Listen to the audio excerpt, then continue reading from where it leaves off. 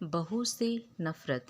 Mummy, मैं कह रहा हूँ ना, मैं सिया से ही शादी करूँगा, अन्यथा मैं ज़िंदगी भर कुंवारा रह जाऊँगा और यह मेरा अंतिम निर्णय है। अब इस विषय पर मैं आपसे आगे बहस नहीं करूँगा।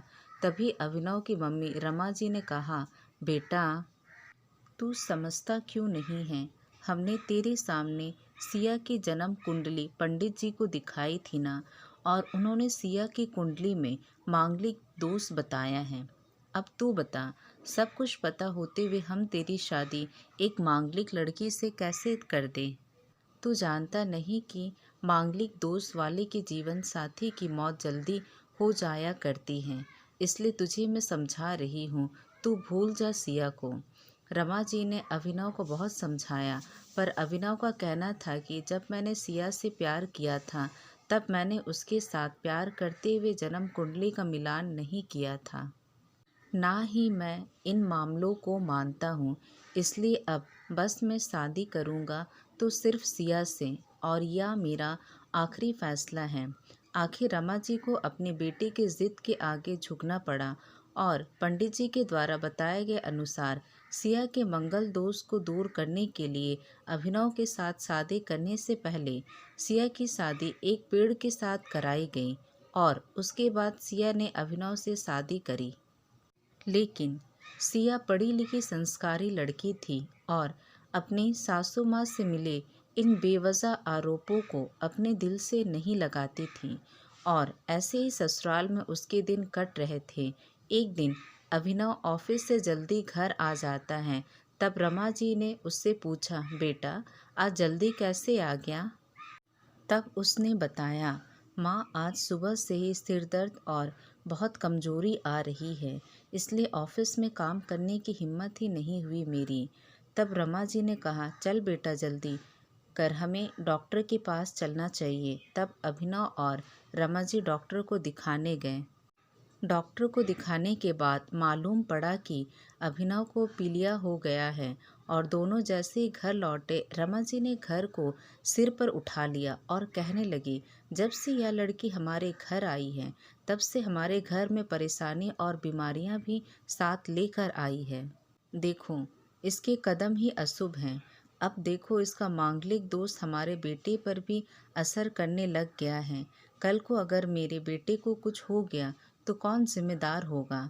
तभी सिया ने कहा, मम्मी जी प्लीज़, अब और कितना नीचा दिखाएंगे मुझे? आज तक मैं चुप रही, क्योंकि पापा ने यही सिखाया था कि बड़ों के आगे ससुराल में जवाब मत देना, पर आज तो आपने हद ही कर दी। अगर मैं आज नहीं बोली तो ज़िंदगी भर खुद को माफ़ नहीं कर पाऊंगी। मम्मी जी, अगर आप पंडित जी पर भरोसा नहीं करती तो उनके कहे अनुसार आपने सारी मांगलिक दोष निवारण की विधि क्यों करवाई? क्यों पहले आपने मेरे पेट से शादी करवाई? दोष मेरा मांगलिक होना नहीं, बल्कि दोष तो मेरा आपकी बहू होना है। क्योंकि घर में जाने अनजाने में कुछ भी परेशानी आती है, उसको आप मुझसे जोड़ देती हैं, और जब कोई सास अपनी बहू से सिर्फ नफरत कर रही होती है, तब यह बहू दोस्त बेटे बहू को नहीं, पूरे परिवार को परेशानी में डाल देता है, और इस बहू दोष से मुक्ति भी सिर्फ सास ही दिलवा सकती है। बहू को अपनी बहू माने, उसे दिल से अपनाए, उसे भी सम्मान दे, और यह महसूस कराए कि वह भी इस परिवार के सदस्य हैं, ना कि बहू दोस्त मांगलिक दोस्त से भी ज़्यादा पीड़ादायक हो जाता है। सिया की कही हुई बातें रमा जी के दिल को झकझोर रही थी, और मन ही मन पश्चाताप भी हो रहा था। उस समय उन्होंने सिया को कुछ भी नहीं कहा। थोड़े दिन बाद अभिनव बिल्कुल ठीक हो गया और ऑफिस जाने लगा, और 1 महीने बाद अभिनव की सैलरी भी बढ़ गई। तब उसने घर आकर इसका श्रेय सिया को दिया, तो रमा जी बोली, हाँ सही है बेटा, तू तो सारा श्रेय बहू को ही देगा। तेरी माँ का आशीर्वाद भी तो तेरे प्रगति के पीछे रहता है, तेरे साथ।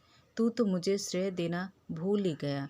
तब अभिनव ने कहा, माँ, इस बार सिया का मांगलिक दोष मुझ पर और ना ही मेरे तरक्की पर लगा। और माँ, जब हम बुरी परेशानियों का श्रेय सिया को देते हैं तो अच्छे कर्मों का श्रेय भी सिया को ही देना चाहिए।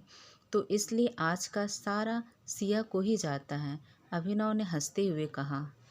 तब सिया बोली, अभिनव तो क्या तुम भी मुझे ऐसा समझते हो? तब अभिनव ने कहा, नहीं सिया, बिल्कुल नहीं। मैं तो माँ को यह समझाना चाह रहा हूँ कि सुख दुख हमारे जीवन का हिस्सा हैं।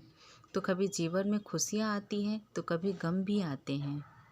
इसके लिए हमें परिवार के सदस्य या अपनी बहू को दोष देना उचित नहीं है। तभी रमा जी बोली, बेटा सही कह रहा है तू, और तेरी तरक्की ही बहुत है मुझे इस झूठे दोषों से बाहर निकालने के लिए। आज मैं यह कसम लेती हूँ कि आज के बाद मैं सिया को किसी भी बात का दोष नहीं दूंगी। यह सुनकर सिया आज बहुत खुश थी, क्योंकि आज उसको उसकी सास ने मांगलिक दोष के साथ साथ बहु दोषों से भी मुक्ति दे दी थी। आशा करती हूँ आपको ये कहानी पसंद आई होगी। रिक्वेस्ट करूँगी चैनल को लाइक और सब्सक्राइब करना ना भूलें, ताकि हम आगे और भी अच्छी कहानी ला सकें। इस कहानी पे आपकी कोई भी राय है तो हमें कमेंट करके ज़रूर बताइएगा।